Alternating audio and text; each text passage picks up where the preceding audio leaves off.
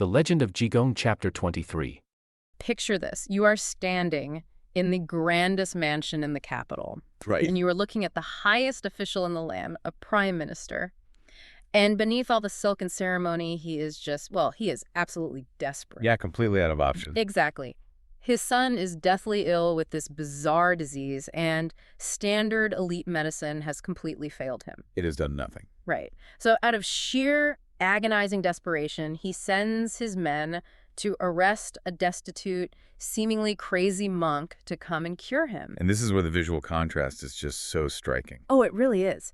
Because the monk is dragged into this opulent room and he's wearing heavy iron chains, completely surrounded by armed guards. On paper, the power dynamic is obvious. Right. If you are watching this, you would think, okay, the prime minister holds all the cards.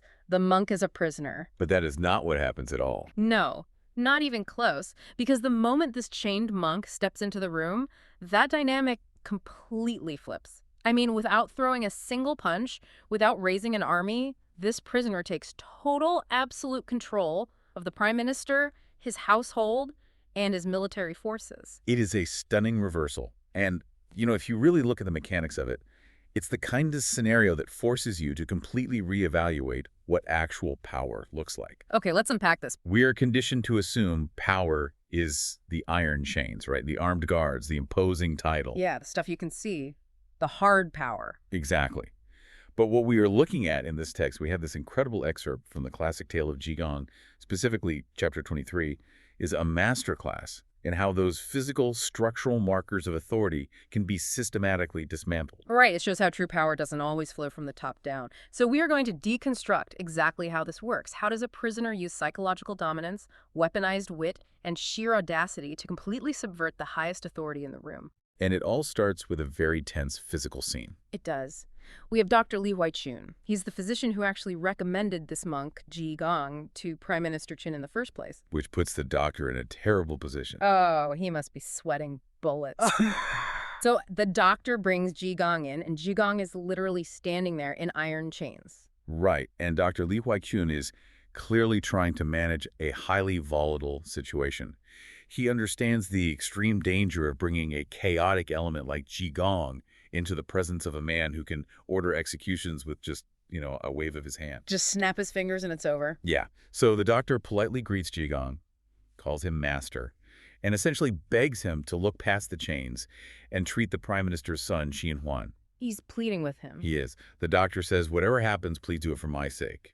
He is trying to appeal to a sense of personal loyalty or maybe professional courtesy. Just to get this terrifyingly unpredictable monk to cooperate and do the job. And Jigong's response immediately sets the tone for everything that follows. It's so brilliant. He looks at the doctor and says, oh, so when you treat patients, you get locked up in chains, too. He just completely calls out the absurdity. Right. He refuses to play along with the polite fiction the doctor is trying to establish. You don't drag a healer into a room in irons and then expect a gentle bedside manner. But it's not just him being difficult. It is deeply strategic. Wait, really? Because part of me wonders, is Jigong just angry, or is there a specific game plan here? Oh, there's absolutely a game plan. What's fascinating here is how Jigong immediately rejects the premise of the entire interaction. How so? Well, the prime minister and the doctor, they want to focus on the medical emergency, right? They want Jigong to step into the role of a service provider. Like, fix my son, please? Exactly. Yeah. But Jigong refuses to even acknowledge his role as a healer until his status as a prisoner is addressed. He is drawing a hard, uncrossable line. He's saying you cannot demand my specialized life-saving skills while simultaneously treating me like a criminal. Wow, so he forces them to acknowledge the contradiction in their own behavior right out of the gate. He does. And so the doctor panics. He realizes he can't force the issue. Because Jigong isn't going to budge. Right. So the doctor turns and asks Prime Minister Qin to take the chains off. And surprisingly, Qin complies. The chains are removed. And I'm reading this thinking, great, crisis averted. The doctor thinks, Master, you have nothing to complain about now. Let's go see the patient. But Jigong doesn't move an inch. Not an inch. He says, wait, My master, my senior brothers, my junior brothers, they're all sitting in jail right now, suffering.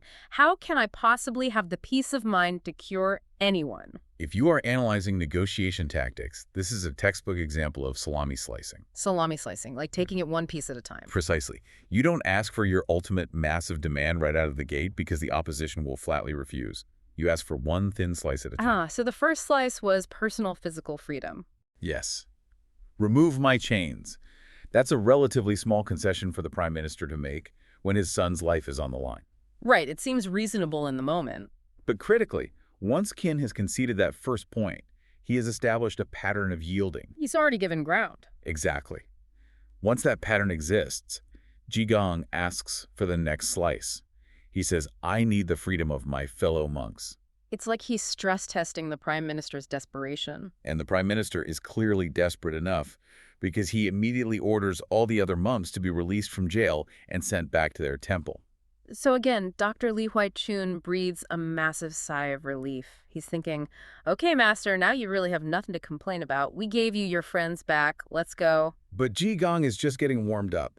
He really is, because now that he has secured his personal freedom and the freedom of his immediate circle, he goes for the massive geopolitical goal. This is the core conflict that landed him in chains in the first place. Right. Jigong looks at them and says, soldiers have surrounded Lingyan Temple. You are tearing down my temple's great still pavilion. How can I willingly cure anyone under these conditions? This is a wild escalation. It really is wild. This is like a hostage negotiation, but the hostage is the one making the demands. That is a great way to put it. I mean, he's sitting there, having just been unchained a minute ago, and he is dictating military terms to the highest official in the land. He demands the troops be withdrawn and the demolition stopped. And the craziest part is that the prime minister actually does it. He does. He sends out official orders to pull back the troops and stand down the demolition crew. If we connect this to the bigger picture, we are watching a profound clash between hard power and soft power. Right, because the prime minister has all the hard power. Exactly. He has armed soldiers, he has demolition crews, he has the institutional authority to throw anyone in jail. Jigong has zero hard power. Nothing but the clothes on his back. Right? But what he does have is an absolute monopoly on a highly specific, desperately needed resource. The ability to cure the prime minister's son. Which is the soft power. Yes. Jigong recognizes that in this specific agonizing moment, his soft power completely neutralizes the prime minister's military might. Okay, I follow that, but I have to play devil's advocate here for a second. Sure. Is Prime Minister Qin actually being outplayed, or is he just acting the way any desperate parent would? That's a really good question. I mean, if my child were dying, I would agree to literally anything in the moment just to get the doctor into the room. Does Qin actually feel threatened by this monk's negotiation? That is the crucial question, and the text actually gives us a look directly inside Qin's head. Oh, it does? Yeah, his internal monologue reveals that he does not feel outplayed at all. Interesting. He complies, but he assumes he's just indulging a madman. He thinks to himself that if the monk cures his son and he doesn't tear down the pavilion afterward, he'll be a laughingstock. Oh, because his servants were beaten and he locked this monk up. Exactly. His pride dictates that he cannot let that go. So his internal plan is entirely cynical. He thinks, I will let the monk cure my son today, and tomorrow I am going to send the troops right back and tear down that pavilion anyway. So he thinks he's just humoring a fool. He thinks he holds the ultimate trump card because he controls the army. He thinks, I'll give this crazy guy whatever he wants right now, and the second my kid is better, I'm bringing the hammers right back out. Right. But Jigong doesn't seem to operate under the illusion that the prime minister is suddenly a good guy. Right. Not for a second. Because having just forced the withdrawal of an entire army, Jigong stands up, laughs out loud, and decides to rub salt in the wound with a little musical number. It is a remarkable moment of psychological dominance. It is bonkers. He doesn't just win the negotiation and quietly walk to the sick room.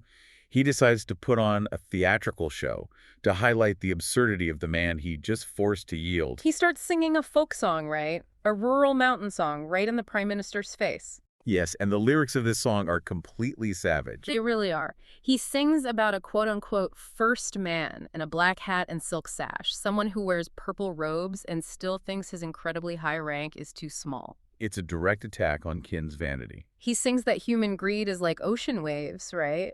It just keeps coming, and you can't measure it. The imagery in the song is incredibly pointed and designed to provoke. He contrasts a bird flying thousands of feet into the clouds, completely free and able to see everything objectively, with fat pigs being fed rich grease. Oh, wow, fat pigs? Yeah, the pigs think they are full and happy, but they are just being fattened for the slaughter.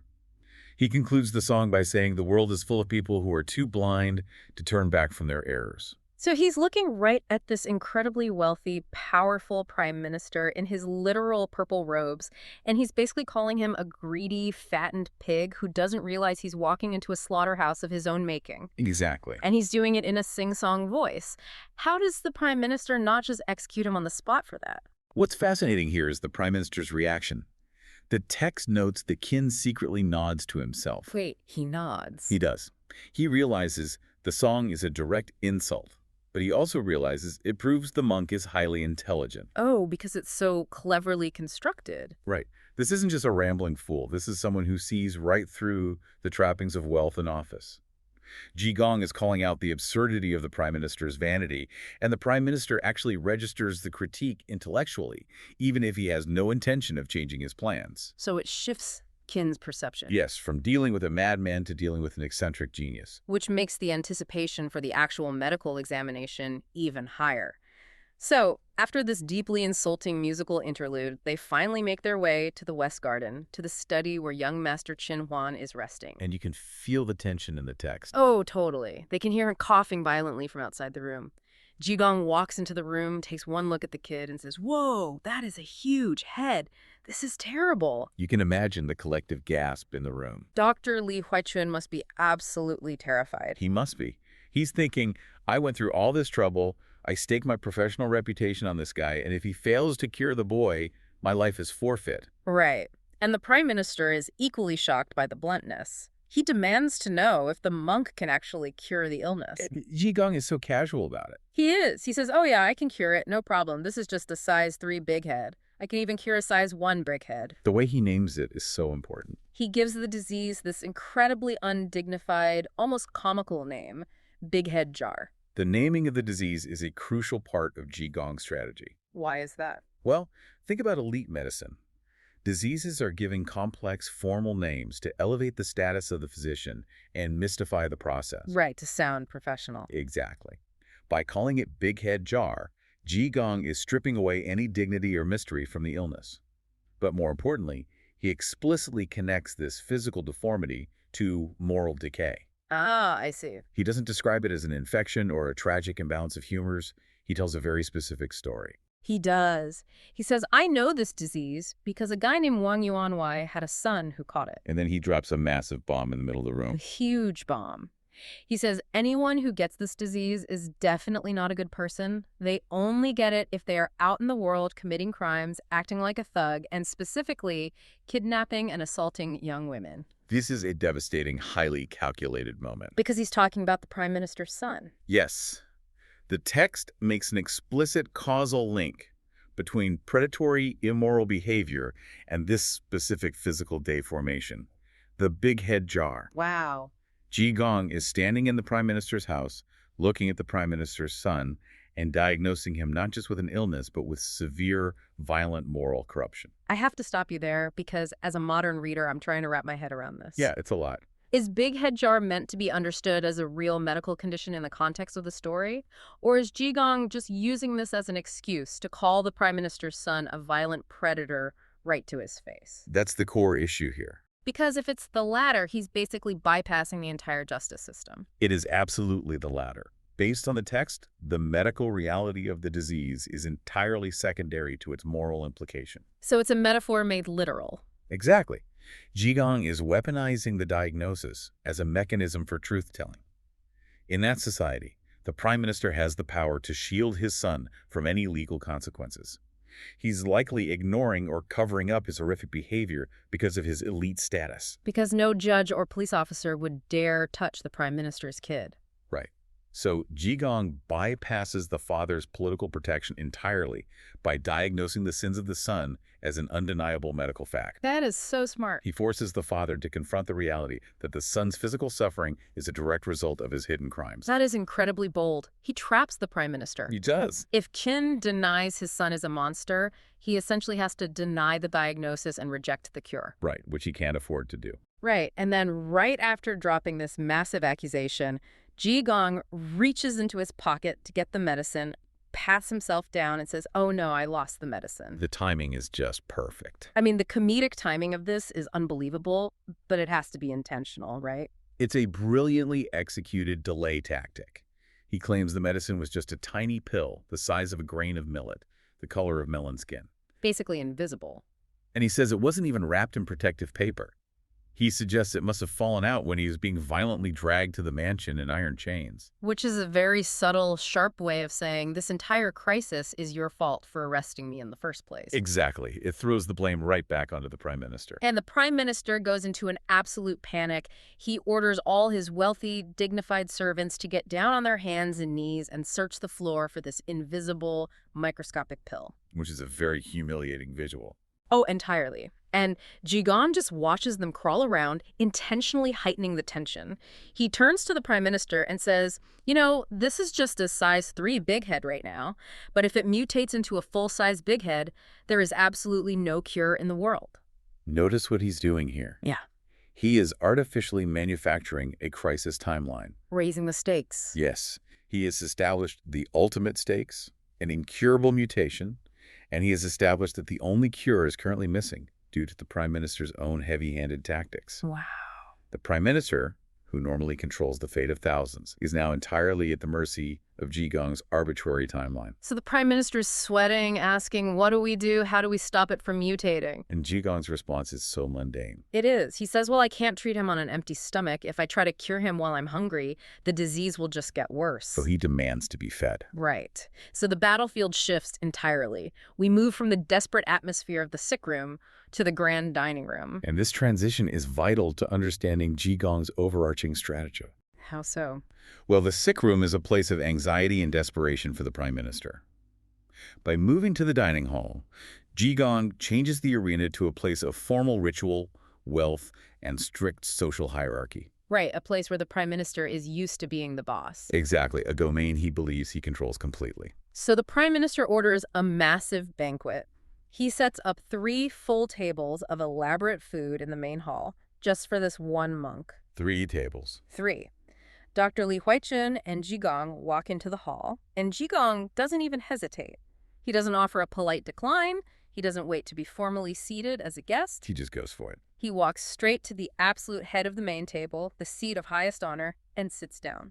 If you think about the cultural context, in any traditional setting, seating arrangements are a literal, physical manifestation of hierarchy. The head seat means you are in charge. Right. The head seat belongs to the master of the house, the patriarch, the person with the most authority. By taking that seat without a single word of humility or hesitation, this destitute, ragged monk is visually and physically usurping the prime minister's authority within his own home. He's claiming mastery over this space. Yes. And the prime minister definitely notices. The text says he feels a sharp flash of displeasure. He thinks to himself, I am the current prime minister of the dynasty, and this ragged monk is taking my seat. Right, he can't do anything about it. Right, because his son is dying in the next room. He has to bite his tongue, take a subordinate seat as a companion, and put Dr. Li Huichun on the eastern side. Qin is furious, but he pacifies himself by reasoning that he can outsmart this monk later. He's still clinging to his ego. Exactly. He believes he is temporarily indulging a madman for a greater goal.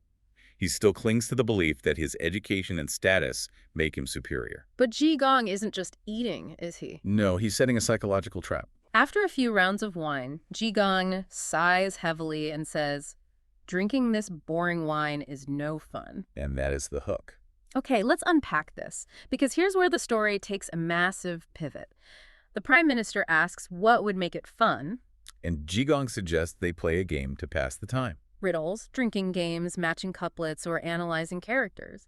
And the prime minister, who is highly educated and immensely proud of his intellect, asks if the monk can even read. Which is such an arrogant question. Oh, totally. And Jigong humbly, almost shyly, says, I know a word or two. This is the classic setup of a hustler. The hustle. Yeah, Jigong intentionally downplays his own abilities to draw the mark in.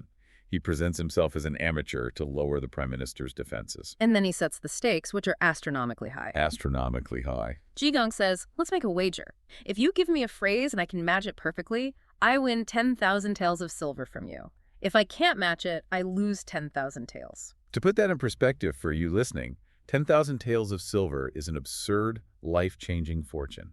It's the kind of money that could build an estate. Right. But then Jigong points out the obvious flaw in his own wager. He says, I'm a poor monk. I don't have 10,000 taels of silver. So if I lose, you get the legal right to tear down my great still pavilion. This raises a profoundly important question about Jigong's strategy. Yeah, because it feels insane. Right. He is essentially risking the entire geopolitical goal he just fought tooth and nail for, the safety of his temple's pavilion, on his ability to win parlor games against a highly educated, wealthy prime minister. That's exactly what I was thinking. He just forced the army to back off, and now he's putting the temple right back on the chopping block just to play word games. It seems like madness. It seems incredibly reckless. Why risk the temple when you've already won? It seems reckless until you realize it's a calculated shift in the domain of conflict. Okay, tell me more. Earlier, the conflict was in the physical military domain, which is a domain the prime minister ultimately controls. Even though Qin withdrew the troops, he still has them. They are still out there. Right. By proposing this wager, Jigong moves the battle to the intellectual and linguistic domain. He knows the prime minister's intellectual pride won't let him refuse a scholarly challenge from a ragged monk.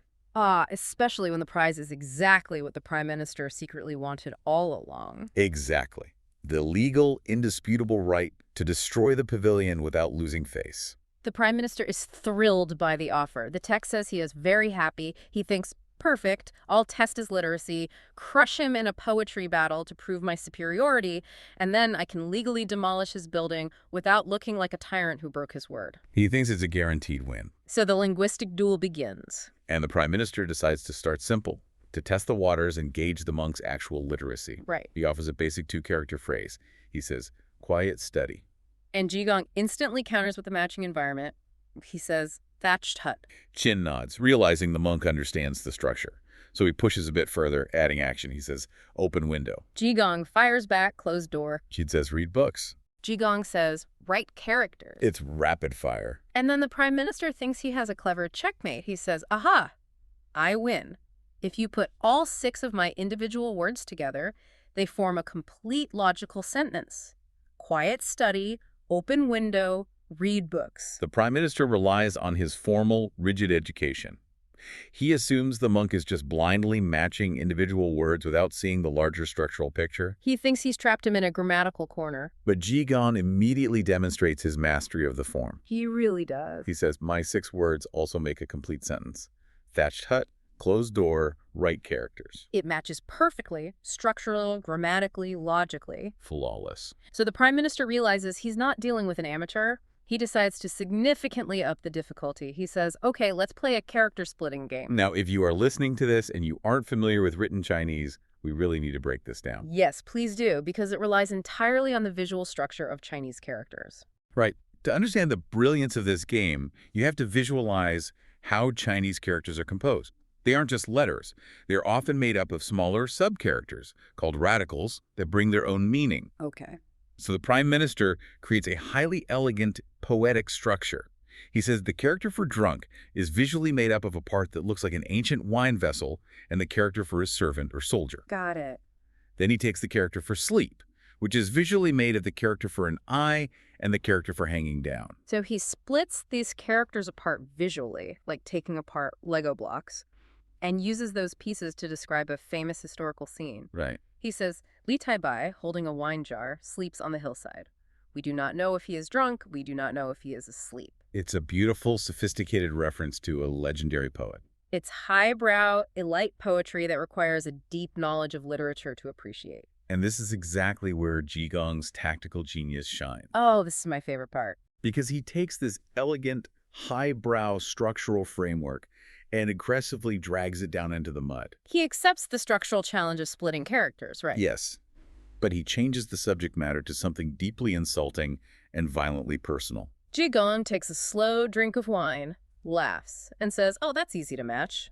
He takes the character for bloated or swollen. And to paint a picture for you, this character is made of a radical, meaning moon or flesh, and the character for long. Right. Then he takes the character for fat, which is also made of the flesh radical, and the character for half. The mechanics of the joke are absolutely flawless. He perfectly mimics the Prime Minister's grammatical structure and visual deconstruction. But instead of the elegant historical poet Li Taibai resting on a scenic hillside, Right. Jigong applies these broken-down characters to the Prime Minister's own wife. It is wild. He says Madam Qin, holding her big belly, wanders all over the courtyard. We do not know if she is bloated. We do not know if she is fat. This is just so disrespectful. I mean, he is sitting at the guy's own dining table, eating his expensive food, and calling his wife fat and bloated right to his face. I'm struggling to understand the risk here. It is huge. Even if he wins the word game, couldn't the Prime Minister just say, "That's it, off with his head"? It is an incredibly dangerous gamble, but it serves a very specific psychological purpose. Which is what? The Prime Minister is trying to maintain a sense of elite decorum and superiority. He wants to win a polite academic poetry contest to validate his ego. He wants to feel smart. Right. Jigong shatters that decorum. He forces the Prime Minister out of his comfortable, refined intellectual space and drags him into a street brawl of insults. He proves that the Prime Minister's refined tools can be used to humiliate him in his own home. And it completely works. The text says the Prime Minister is waving his hands frantically, begging the monk, please stop being so facetious, stop being so naughty. He completely loses his elite composure. He is flustered, embarrassed, and entirely off balance. Which is exactly what Jigong wanted. He's playing him like a fiddle. The Prime Minister is now angry and desperate to prove his superiority. He thinks to himself, this monk is too naughty. I need to show him that I am a Prime Minister full of literature and brilliant prose. So he decides to bring out the heavy artillery. He abandons the polite parlor games and escalates the poetry into incredibly dangerous political territory. This is game 3. The Prime Minister offers a power play couplet. He says, Buddha unties the silk cord, ties the monk, and binds the crazy monk. We really need to analyze the immense weight of this couplet. It feels very threatening. It is. The Prime Minister is using the image of the Buddha, the ultimate spiritual authority in Jigong's world, to assert absolute dominance over him. Right. He's essentially saying, even the highest power in your own religion would bind you and lock you up. It's a direct, mocking reference to the physical chains Jigong was wearing just an hour earlier. Wow, so it is a terrifying assertion of absolute structural control. Yes. And Jigong hears this, and he plays the hustle again. He acts intimidated. He shrinks back and says, "Oh, wow, Your Excellency, that is a really good couplet. My talent is shallow, my learning is thin." He is deliberately baiting the trap. He wants the Prime Minister to commit fully to this line of attack. The Prime Minister smells blood in the water. He says, "If you match it, I owe you another 10,000 taels. If you can't, I tear down your pavilion." And Jigong just says, okay. He takes a sip of wine, and then he delivers what is essentially a political kill shot. Jigong matches the rhythmic and grammatical structure perfectly, but he raises the stakes to the highest possible secular authority. Right. He counters with, the emperor shakes the jade lock, seizes the minister, and captures the Prime Minister. That is heavy. Qin used the Buddha to threaten a monk. Jigong uses the emperor to threaten the Prime Minister. The brilliance here is the brutal reminder of hierarchy. Tell me about it. Well, the Prime Minister has been acting like a god in his own domain, right? Yeah. Throwing people in chains, ordering armies around, threatening to demolish temples. He's throwing his weight around. Right. Jigong's couplet is a stark, terrifying reminder. He's saying, you are not at the top of the food chain. You are just a servant to the emperor. Right.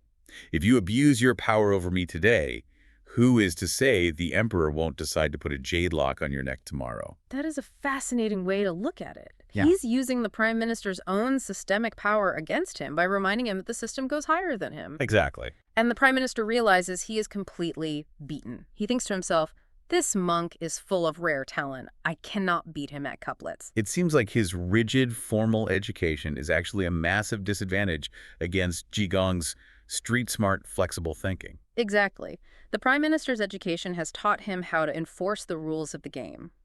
Jigong's genius is that he understands those rules perfectly, but he refuses to be bound by them. He exploits the rigidity of the rulemaker. But the prime minister is stubborn. I mean, his ego won't let it end here. He refuses to give up. He just can't take the loss. He says, okay, no more couplets. Let's do a logic and drinking game. And he sets highly specific, convoluted parameter. Very convoluted. He says, you have to name 2 ancient historical figures and 2 objects. The figures must have the same kind of face, do the same kind of activity, and land on the 2 objects, one of which must be alive and one of which must be dead. This is a highly restrictive, almost mathematical logical puzzle. Like a weird SAT question. Yeah, and the prime minister gives his own example first to set the standard and prove it can be done. He says, look afar at a pavilion, look closely at a cow. Lu Dongbin drunkenly sleeps in Yuyang Pavilion. Sun Bin on crutches rides a cow. Okay, so it fits the rules. Lu Dongbin and Sun Bin are the ancient figures. The pavilion is the dead object. The cow is the living object. Right. So it's Jigong's turn. And Jigong answers, look afar at a thatched hut. Look closely at a fish. Zhang Fei visits the thatched hut. Jingde fishes. And the prime minister immediately pounces. He thinks he's finally caught the monk making a fatal logical error. He's so excited. He says, you lose. You owe me 10,000 taels. Zhang Fei visiting the thatched hut makes sense. But Jingde fishing, you said they had to land on the objects. Right. A fish doesn't have legs. How can you ride or land on a fish? So the prime minister is being a strict literalist. He's clinging to the exact spirit of the rules he created. Exactly. But Jigong just looks at him, totally unbothered, and says, a soft-shell turtle, a jiayu, has 4 legs, doesn't it? It is a devastating linguistic loophole. Wait, explain that. Well, in Chinese, the soft-shell turtle is called jiayu, which literally contains the word for fish, yu. Oh, wow. So linguistically, categorically, it is a fish, but physically it has 4 legs. That is so clever. Jigong doesn't play by the intended spirit of the prime minister's rules. He bends the literal definition of the words to spring a trap. He weaponizes the ambiguity of language. And the prime minister is just speechless. He has no counter-argument to that. He has to concede again. He has lost every single intellectual battle, fair and square. Every single one. He tried vocabulary, he tried poetry, he tried logic, and the monk humiliated him every single time. So, what does a desperate, powerful man do when he realizes the rules are failing him? He completely abandons them. He does. He decides to cheat. Precisely. We see this so clearly in the next move. The prime minister is furious. He walks out of the room and pulls aside his trusted servant, Qinan. He hatches a plot. A very petty plot. He tells Qinan, go get a serving box and some cold cakes. Wait outside the door.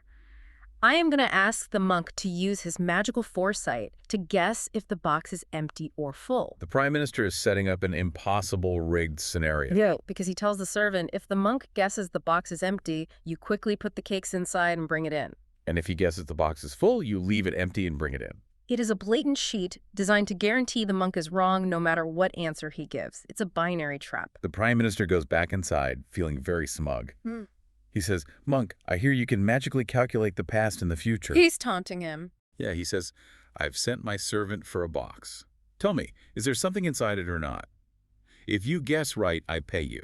If you guess wrong, I tear down your pavilion. Notice how the prime minister keeps returning to his ultimate goal, the destruction of the pavilion. Even after losing repeatedly, his core desire is to exercise his destructive power.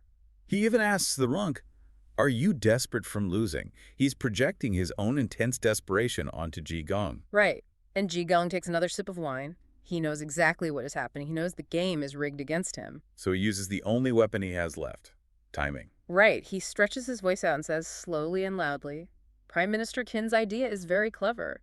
This matter is truly strange and wonderful. The serving box is an empty thing. And here we see the masterstroke of psychological manipulation.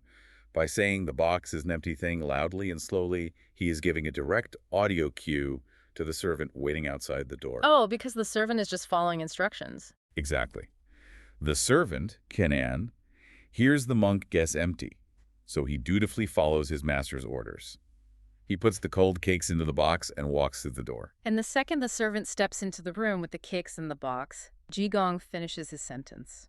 He says, but inside, it is filled with cold cake. It is absolute genius. It is so cool. Jigong doesn't try to guess a fixed reality. He uses his cadence and speech to force the servant's physical actions in real time.